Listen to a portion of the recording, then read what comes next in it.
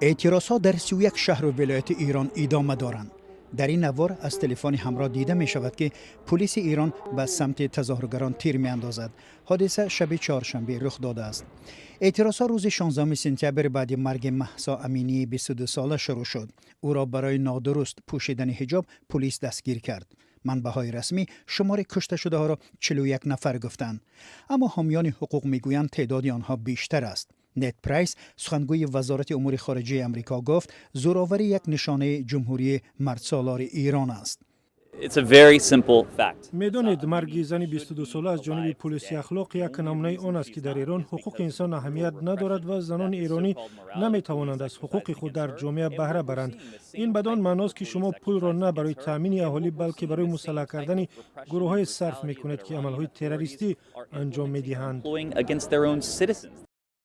به نشان اعتراض به مرگ مهسا امینی، زنان ایرانی در شبکه‌های اجتماعی نوارهای نشر کردند که در آن موی خود را قیچی می‌زنند. این نوار را فایز افغان در توییتر نشر کرده است. کشته میشن برای آزادی. نصیبه شمسایی فعال حقوق زن ایرانی در نزد کنسولگری ایران در استانبول با شعار آزادی موی خود را برید.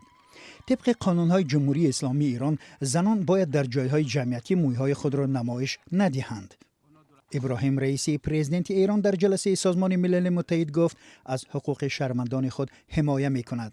ولی رابرت مندس وکیل مجلس نمایندگان آمریکا میگوید این یک واقعیت عادی است.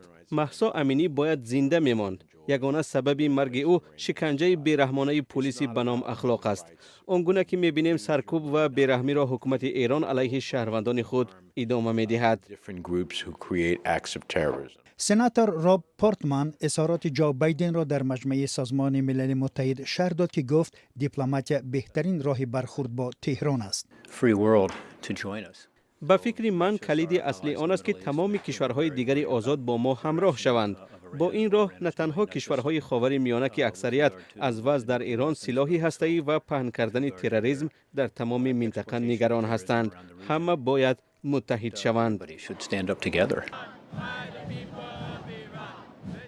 در حال حاضر توجه جهانیان به اعتراضهای ایران از جمله در نیویورک نگرانیده شده است.